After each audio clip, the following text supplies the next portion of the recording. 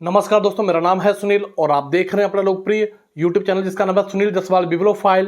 दोस्तों, इस वीडियो में हम लोग बात करेंगे Himachal Pradesh staff selection commission की।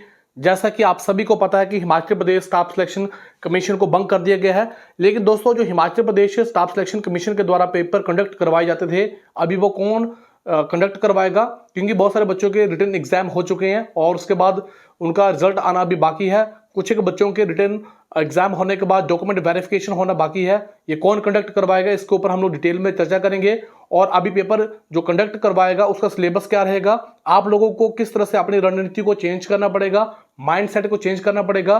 क्योंकि दोस्तों अगर किसी भी गवर्नमेंट एग्जाम की तैयारी करते हैं, इसके ऊपर एक संस्था होती है और संस्था का कुछ सिलेबस होता है। लेकिन जब एक संस्था को छोड़ के दूसरी संस्था के द्वारा पेपर कंडक्ट करवाया जाता है, तो उस तरह से आप लोगों को अपनी रणनीति में भी चेंज करना पड़ता है, माइंडसेट को भी चेंज करना पड़ता है और जो प्रीवियस ईयर क्वेश्चन पेपर होते हैं उनको भी ध्यान में रखना पड़ता है। इन सभी चीजों को हम लोग डिटेल में चर्चा करेंगे। सबसे पहले बात करते हैं दोस्तों Himachal Pradesh staff selection commission की। जैसे कि आप सभी को पता है दोस्तों कि 26 दिसंबर जीओआईटी का जो पेपर लीक हुआ था, उसके बाद इसे बंद कर दिया गया था। क्योंकि इसमें दोस्तों जब भी कोई गवर्नमेंट एग्जाम की तैयारी होती है तो बच्चों को बहुत सारी चीजों को ध्यान रखना पड़ता है, जिसमें कि आप सभी को पता है कि इसमें आप लोगों को डिसिप्लिन मेंटेन करना पड़ता है, बहुत सारी चीजों का त्याग करना पड़ता है और कंसंट्रेशन पावर को बनाना पड़ता है। बहुत सारी चीजों को दोस्तों ध्यान में रखते हुए ही तैयारी की जाती है। तो एक तरह से अगर आप लोग देखें तो गवर्नमेंट जॉब की तैयारी करना अपने आप में एक बहुत डिफिकल्ट टास्क हो जाता है। लेकिन जब पेपर लीक होते हैं तो बच्चों का जो मनोबल होता है वो टूट जाता है। तो यहाँ पे बात करेंगे दोस्तों, यहाँ पे हमारे जो मुख्यमंत्री जिनका नाम सुखविंदर सिंह सुक्खू है, उन्होंने कहा है कि पिछले 3 साल से पेपर जो वो बिक रहे हैं दोस्तों, और कुछ ही लोगों को ये पेपर जो वो बेचे जा रहे थे।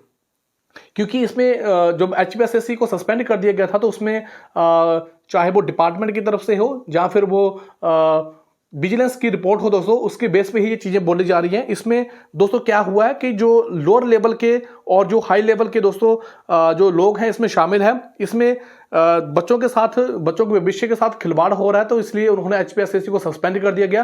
क्योंकि बहुत सारे बच्चे ऐसे हैं जो बहुत ज्यादा मेहनत करते हैं और अपना बहुत सारी चीजों को त्याग करके वो गवर्नमेंट एग्जाम की तैयारी करते हैं। जब इस तरह से पेपर लीक होते हैं तो बहुत सारे बच्चों को नुकसान भी होता है। कुछ एक बच्चों की फाइनेंशियल स्थिति बहुत खराब होती है, कुछ एक बच्चों की इतनी स्थिति खराब होती है कि उनके पास किताबें लेने के लिए भी पैसे नहीं होते हैं। और जिस तरह से पेपर का जो दोस्तों लेवल होता है वो दिन प्रतिदिन हाई हो जाता है, तो बहुत सारे बच्चे जो होते हैं, टैलेंटेड बच्चे भी गवर्नमेंट एग्जाम में आके बहुत ही बुरा फील करते हैं। और जब पेपर लीक होते हैं तो फिर अपने आप में ही दोस्तों बच्चों का कॉन्फिडेंस जो वो खराब हो जाता है। दोस्तों यहाँ पे देखेंगे विभागीय और विजिलेंस की रिपोर्ट आने के बाद कई बड़े खुलासे किए गए हैं दोस्तों, लेकिन इसमें जो रिपोर्ट है इसे पब्लिक प्लेस पे शेयर भी नहीं किया जा सकता है। क्योंकि कुछ ही चीजों को गुप्त रखा जाता है ताकि किसी भी हर चीज का दोस्तों यहाँ पे सम्मान किया जाता है। ऐसा नहीं होता है कि किसी चीज को एकदम से ही डिमोरलाइज कर दी जाए। तो बहुत सारी चीजों को ध्यान में रखते हुए ही उन चीजों को बताया जाता है जो पब्लिक के फेवर में होती है।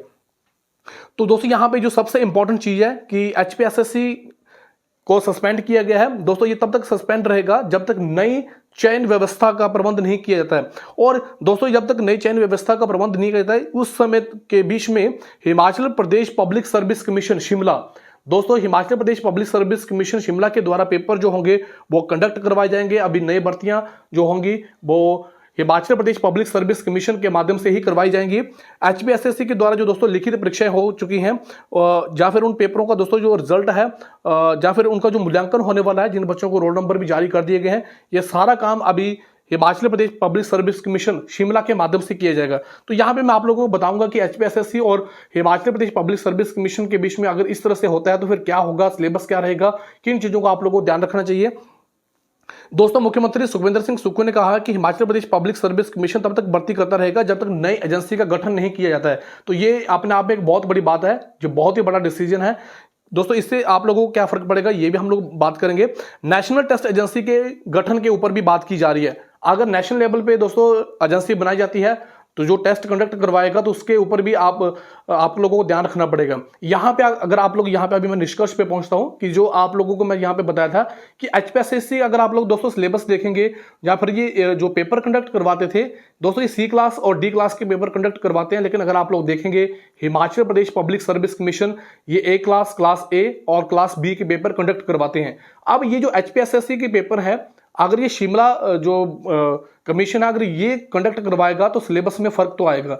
लेकिन दोस्तों आप लोगों ने देखा होगा कि जब सेक्रेटरी का पेपर हुआ था तो उसे एचपीयू के द्वारा कंडक्ट करवाया गया था। लेकिन दोस्तों कोई भी नई एजेंसी जब किसी भी दूसरी संस्था के पेपर कंडक्ट करवाती है तो कहीं ना कहीं उस पैटर्न को भी फॉलो करती है जो पहले से संस्था जो होती है, जो एजेंसी जो पेपर कंडक्ट करवा रही होती है।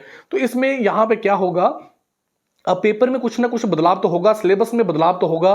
तो आप लोगों ने अभी इस समय क्या करना है, जो Himachal Pradesh staff selection commission के जो प्रीवियस ईयर के पेपर हैं उनको तो आप लोगों ने अच्छे तरीके से तैयार करना है। और साथ ही साथ दोस्तों अब आपके ऊपर थोड़ा सा बर्डन जो है वो बढ़ने वाला है। आपको अभी स्मार्ट तरीके से सोचना पड़ेगा।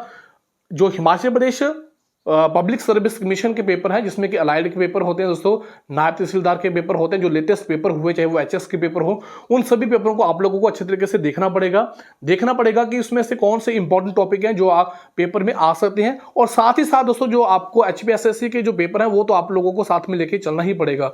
तो इन सभी चीजों को आप लोगों को ध्यान में रखते हुए ही तैयारी करनी पड़ेगी। लेकिन दोस्तों यहाँ पे सबसे इंपॉर्टेंट चीज है कि जैसे कि आप लोग देखेंगे कि Himachal Pradesh staff selection commission का जो लेवल होता है वो हाई लेवल तो होता है, लेकिन फिर भी अगर आप लोग कंपैरिजन करेंगे शिमला कमीशन के साथ, Himachal Pradesh public service commission Shimla के साथ जब आप लोग कंपैरिजन करेंगे तो उसमें दोस्तों उसका लेवल उससे भी ज़्यादा हाई रहता है।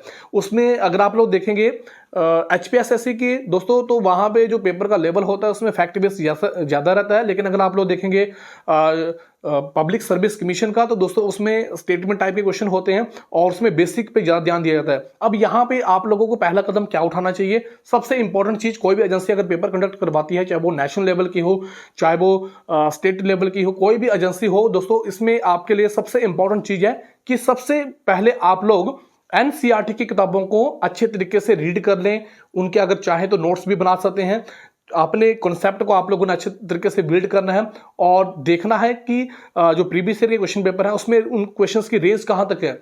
क्योंकि जब तक आप लोग प्रीवियस ईयर के क्वेश्चन पेपर नहीं देखेंगे तब तक आप लोगों को अपनी तैयारी का पता ही नहीं चलेगा कि आपने कितनी तैयारी करनी है या फिर नहीं करनी है। तो दोस्तों यहाँ पे कंफ्यूजन की स्थिति जो पैदा हो चुकी है, लेकिन आप लोगों ने कंफ्यूजन नहीं होना है और इस तरह से आप लोगों ने डिमोरलाइज भी नहीं होना है कि ये जो पेपर है वो अगर दूसरी संस्था करवा रही है तो उस समय आप लोगों को घबराना भी नहीं है और ये भी नहीं सोचना है कि इससे पेपर जो भी ज़्यादा डिफिकल्ट होगा। आप लोगों ने पेपर को आसान तरीके से सोचना है, लेकिन अपनी तैयारी को हार्ड रखना है क्योंकि अभी जो कंपटीशन होगा वह बहुत ही ज़्यादा हार्ड होगा और पेपर का लेवल भी आप लोगों को कुछ उच्च स्तर का देखने को मिल सकता है। लेकिन यहाँ पे मैंने आप लोगों को पहले ही बताया कि सबसे पहले आप लोगों ने एनसीईआरटी की किताबों को बहुत ही अच्छे तरीके से रीड करना है। बहुत सारे बच्चे पूछते हैं कि एनसीईआरटी की कौन कौन सी किताबें पढ़नी है।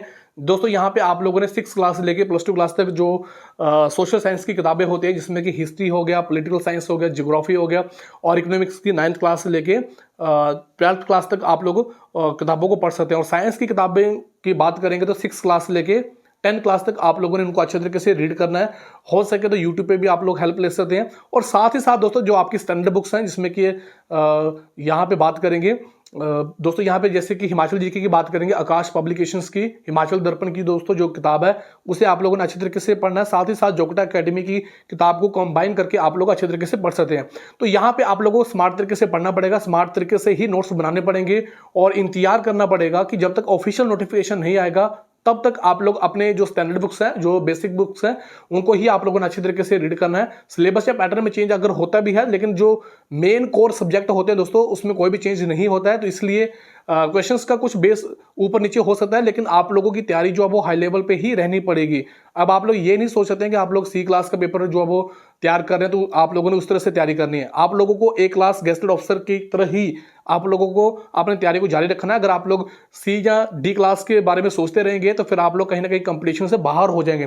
तो ये अभी इसी समय आपके पास बहुत ही अच्छा चांस है कि आपको मैंने समय रहते हुए अपडेट कर दिया है दोस्तों। तो इस चैनल पे आप लोगों को जो हर प्रकार का अपडेट जो वो दिया जाता है, स्टडी मटेरियल प्रोवाइड करवाया जाता है, आपको लाइफ से रिलेटेड किताबों के बारे में बताया जाता है, बहुत सारा ऐसा मटेरियल प्रोवाइड करवाया जाता है जो आपकी लाइफ में वैल्यू ऐड करता है। तो दोस्तों ये आज का वीडियो था। फिर भी अगर आपके मन में कोई प्रश्न है तो कमेंट बॉक्स में जरूर टाइप करें। दोस्तों ये वीडियो आपको कैसा लगा आप अपनी राय कमेंट बॉक्स में जरूर बताएं। आप लोगों ने मुझे इतना समय दिया, आप सभी का बहुत बहुत धन्यवाद। थैंक यू वेरी मच दिल से।